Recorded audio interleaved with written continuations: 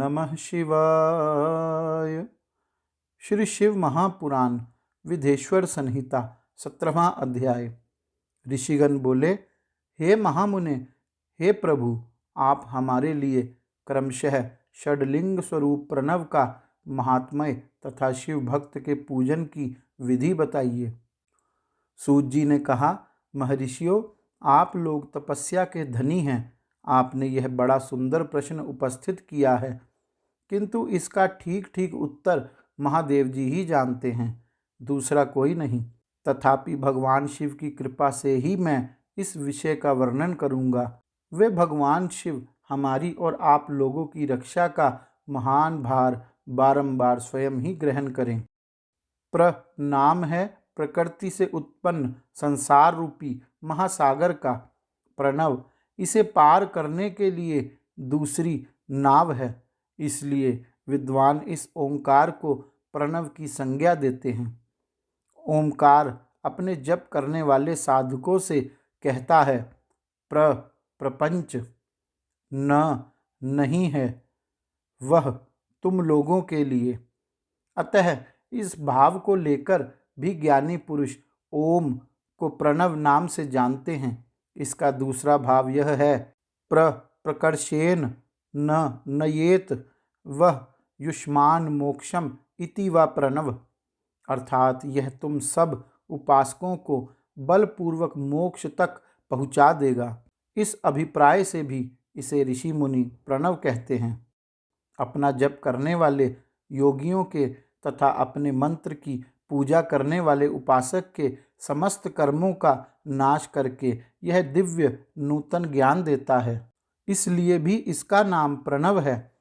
उन माया रहित महेश्वर को ही नव अर्थात नूतन कहते हैं। वे परमात्मा प्रकष्ट रूप से नव अर्थात शुद्ध स्वरूप है, इसलिए प्रणव कहलाते हैं। प्रणव साधकों को नव अर्थात नवीन अर्थात शिव स्वरूप कर देता है, इसलिए भी विद्वान पुरुष उसे प्रणव कहते हैं। अथवा प्रकष्ट रूप से नव दिव्य परमात्म ज्ञान प्रकट करता है, इसलिए वह प्रणव कहा गया है। प्रणव के दो भेद बताए गए हैं, स्थूल और सूक्ष्म। एक अक्षर रूप जो ओम है उसे सूक्ष्म प्रणव जानना चाहिए, और नमः शिवाय इस 5 अक्षर वाले मंत्र को स्थूल प्रणव समझना चाहिए। जिसमें 5 अक्षर व्यक्त नहीं हैं वह सूक्ष्म है, और जिसमें 5 अक्षर सुस्पष्ट रूप से व्यक्त हैं वह स्थूल है। जीवन मुक्त पुरुष के लिए सूक्ष्म प्रणव के जप का विधान है, वही उसके लिए समस्त साधनों का सार है। यद्यपि जीवन मुक्त के लिए किसी साधन की आवश्यकता नहीं है, क्योंकि वह सिद्ध रूप है, तथापि दूसरों की दृष्टि में जब तक उसका शरीर रहता है तब तक उसके द्वारा प्रणव जप की सहज साधना स्वतः होती रहती है। वह अपनी देह का विलय होने तक सूक्ष्म प्रणव मंत्र का जप और उसके अर्थभूत परमात्म तत्व का अनुसंधान करता रहता है। जब शरीर नष्ट हो जाता है तब वह पूर्ण ब्रह्म स्वरूप शिव को प्राप्त कर लेता है, यह सुनिश्चित है। जो केवल मंत्र का जप करता है उसे निश्चय ही योग की प्राप्ति होती है। जिसने 36 करोड़ मंत्र का जप कर लिया हो उसे अवश्य ही योग प्राप्त हो जाता है। सूक्ष्म प्रणव के भी ह्रस्व और दीर्घ के भेद से 2 रूप जानने चाहिए, अकार, उकार, मकार, बिंदु, नाद, शब्द, काल और कला। इनसे युक्त जो प्रणव है उसे दीर्घ प्रणव कहते हैं। वह योगियों के ही हृदय में स्थित होता है। मकार पर्यंत जो ओम है वह अ, उ, म इन 3 तत्वों से युक्त है। इसी को ह्रस्व प्रणव कहते हैं। अ शिव है, उ शक्ति है और मकार इन दोनों की एकता है। वह त्रितत्व रूप है, ऐसा समझकर ह्रस्व प्रणव का जप करना चाहिए। जो अपने समस्त पापों का क्षय करना चाहते हैं उनके लिए इस ह्रस्व प्रणव का जप अत्यंत आवश्यक है। पृथ्वी, जल, तेज, वायु और आकाश, ये 5 भूत तथा शब्द, स्पर्श आदि इनके 5 विषय, ये सब मिलकर 10 वस्तुएं मनुष्य की कामना के विषय हैं। इनकी आशा मन में लेकर जो कर्मों के अनुष्ठान में संलग्न होते हैं वे 10 प्रकार के पुरुष प्रवर्त अथवा प्रवृत्ति मार्गी कहलाते हैं, तथा जो निष्काम भाव से शास्त्र विहित कर्मों का अनुष्ठान करते हैं वे निवृत्त तथा निवृत्ति मार्ग कहे गए हैं।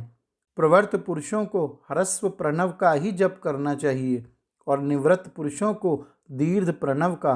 व्याहृतियों तथा अन्य मंत्रों के आदि में इच्छानुसार शब्द और कला से युक्त प्रणव का उच्चारण करना चाहिए। वेद के आदि में और दोनों संध्याओं की उपासना के समय भी ओमकार का उच्चारण करना चाहिए। प्रणव का 9 करोड़ जप करने से मनुष्य शुद्ध हो जाता है। पुनः 9 करोड़ का जप करने से वह पृथ्वी तत्व पर विजय पा लेता है। तत्पश्चात पुनः 9 करोड़ का जप करके वह जल तत्व को जीत लेता है। पुनः 9 करोड़ जप से वह अग्नि तत्व पर विजय पाता है।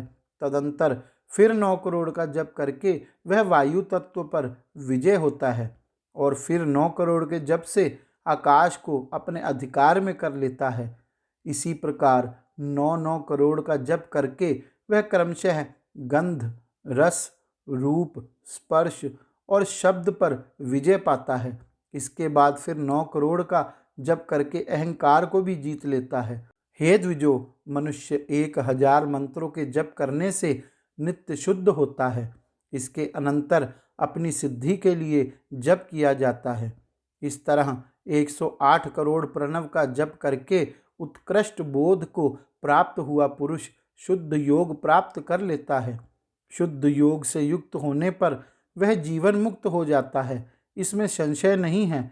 सदा प्रणव का जप और प्रणव रूपी शिव का ध्यान करते करते समाधि में स्थित हुआ महायोगी पुरुष साक्षात शिव ही है, इसमें संशय नहीं है।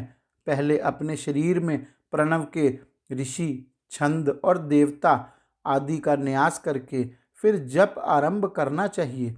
अकार आदि मात्र का वर्णों से युक्त प्रणव का अपने अंगों में न्यास करके मनुष्य ऋषि हो जाता है।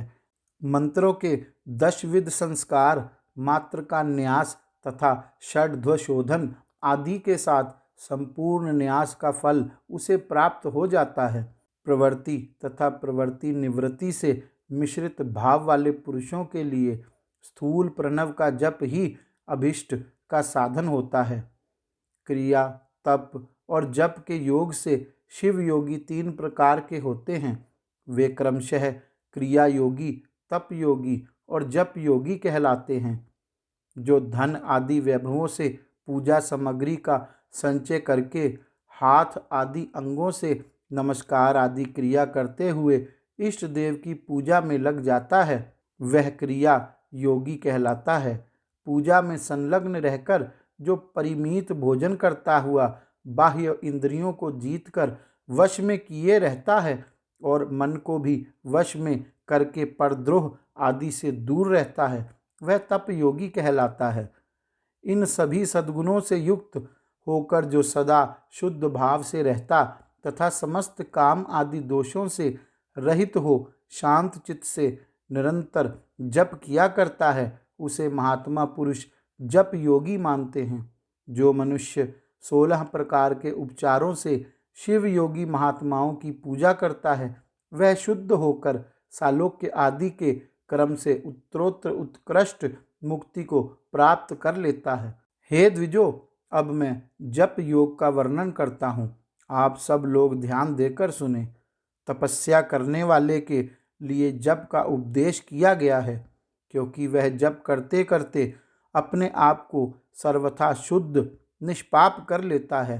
हे ब्राह्मणों, पहले नमः पद हो, उसके बाद चतुर्थी विभक्ति में शिव शब्द हो तो पंच तत्वात्मक नमः शिवाय मंत्र होता है।